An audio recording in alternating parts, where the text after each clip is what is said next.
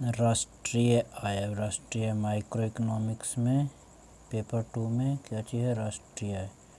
राष्ट्रीय आय से क्वेश्चन हुआ पहला में, किसी देश की राष्ट्रीय आय से क्या तात्पर्य है? तो किसी देश की राष्ट्रीय आय से क्या तात्पर्य हो सकती है? तो विभिन्न उत्पादन के साधनों को योग से, विभिन्न उत्पादन के साधनों के योग से। विशुद्ध राष्ट्रीय उत्पाद NNP से अब क्या आशय है? तो क्या आशय है इसमें? तो कुल राष्ट्रीय उत्पादन के मूल्यह्रास निकालने से जो बचता है उसे विशुद्ध राष्ट्रीय उत्पादन कहते हैं। उत्पाद या उत्पादन कहते हैं। व्यक्तित्व को भोग व्यय क्या कहलाता है? वो व्यक्तित्व भोग व्यय क्या कहलाता है? तो PDI क्या कहता है? PDI। देश की उत्पादन अर्थव्यवस्था में वर्ष भर में प्रवाहित होकर अंतिम उपभोक्ता के हाथों में जाने वाली वस्तुओं तथा सेवाओं का अथवा देश की पूंजीगत वस्तुओं के स्टॉक में शुद्ध वृद्धि को राष्ट्रीय आय कहते हैं। यह परिभाषा किस अर्थशास्त्री ने दी थी? तो किसने? तो साइमन कुजनेट्स।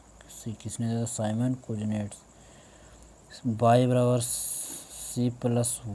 C+i किसका थी? तो एक फलन है। क्या है? एक फलन है। एक फलन है। राष्ट्रीय उत्पाद की में गणना की जाती है। क्या चाहिए? तो विनिमय हो तथा उत्पादकों द्वारा अपने उपभोग में के लिए रखी गई हो। क्या सही वस्तु नहीं? वही वस्तु जिनका बाजार में विनिमय होता है, ये भी नहीं। उत्पादकों का द्वारा उपभोग नहीं किया गया है, वो भी नहीं। विनिमय हो अथवा उत्पादकों द्वारा उपभोग के लिए रखी गई हो। ये आंसर करेक्ट।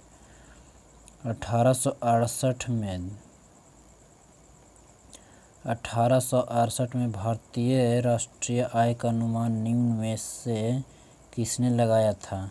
तो किसने लगाया था? तो दादा भाई नौरोजी ने। किसने लगाया था? तो दादा भाई नौरोजी ने। वास्तविक के राष्ट्रीय आय तथा जनसंख्या होगी, तो जनसंख्या होगी तो ये प्रति व्यक्ति आय क्या हो जाए? पहले वास्तविक राष्ट्रीय बटा जनसंख्या हो क्या चाहिए? प्रत्येक व्यक्ति प्रति व्यक्ति आय।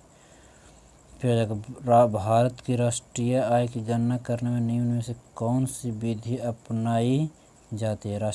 भारत की राष्ट्रीय आय की गणना करने कौन सी विधि अपनाई जाती है? तो उत्पाद व आय की विधि। उत्पाद व आय की विधि को। क्वेश्चन नंबर 10, राष्ट्रीय आय समिति के अध्यक्ष कौन थे? तो राष्ट्रीय आय समिति के अध्यक्ष कौन थे? तो महालनोबिस। कौन थे? तो महालनोबिस। भारत में राष्ट्रीय आय के आंकड़े को क्या कहा जाता है? भारत में राष्ट्रीय आय के आंकड़े को क्या कहा जाता है? राष्ट्रीय लेखा एवं सांख्यिकी। राष्ट्रीय लेखा एवं सांख्यिकी। राष्ट्रीय क्वेश्चन नंबर 12, राष्ट्रीय आय आकलन में निम्नलिखित में से कौन से दोहरी गणना के उदाहरण है? तो कौन है? तो उपभोक्ता को उत्पादक द्वारा टोकरियाँ बेचना। उपभोक्ता के उत्पादक द्वारा टोकरियाँ बेचने, नर्स को दिया गया भुगतान, कपड़ा उद्योग द्वारा बिजली को उपभोक्ता। क्या है राष्ट्रीय आय के आकलन में? उपभोक्ता को उत्पादक द्वारा टोकरियों को बेचना। क्या है? उपभोक्ता द्वारा उत्पादक द्वारा टोकरियों को बेचना। घरेलू साधन आय में केवल निम्न की गणना की जाती है। क्या गणना की जाती है? तो एक देश की घरेलू सीमा में इसके सभी उत्पादकों की। शुद्ध राष्ट्रीय उत्पाद क्या है? शुद्ध राष्ट्रीय उत्पाद क्या है? तो सकल राष्ट्रीय उत्पाद माइनस घिसावट व्यय। ये शुद्ध है राष्ट्रीय उत्पाद। सकल राष्ट्रीय उत्पाद माइनस घिसावट व्यय। आर्थिक विकास की माप के लिए निम्नलिखित में कौन सी बेहतर माप है? आर्थिक विकास की माप के लिए कौन सी? तो राष्ट्रीय आय। राष्ट्रीय आय है जो क्या सबसे बेहतर माप के लिए है। दोहरी गणना से क्या तात्पर्य है? दोहरी गणना से क्या तात्पर्य है? तो उत्पाद की एक से अधिक बार गणना करना, यही दोहरी गणना का तात्पर्य। क्या? उत्पाद की एक से अधिक बार गणना करना। 17 क्वेश्चन 17 प्रयोज्य आय क्या है? तो प्रयोज्य आय क्या है? तो प्रत्यक्ष करों तथा आवंटित लाभों घटाने के बाद बची राष्ट्रीय आय। निम्नलिखित में से कौन सी प्रवाह संकल्पना नहीं है? संकल्पना नहीं है, क्या नहीं है? तो मुद्रा संकल्पना नहीं है।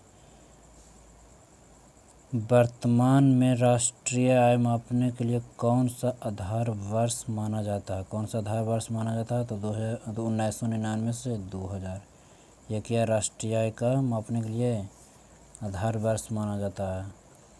राष्ट्रीय आय की गणना की जाती है। राष्ट्रीय आय की गणना की जाती है क्या? तो प्रचलित एवं स्थिर दोनों कीमतों पे राष्ट्रीय आय की गणना की जाती है। तो प्रचलित एवं स्थिर दोनों कीमतों पर।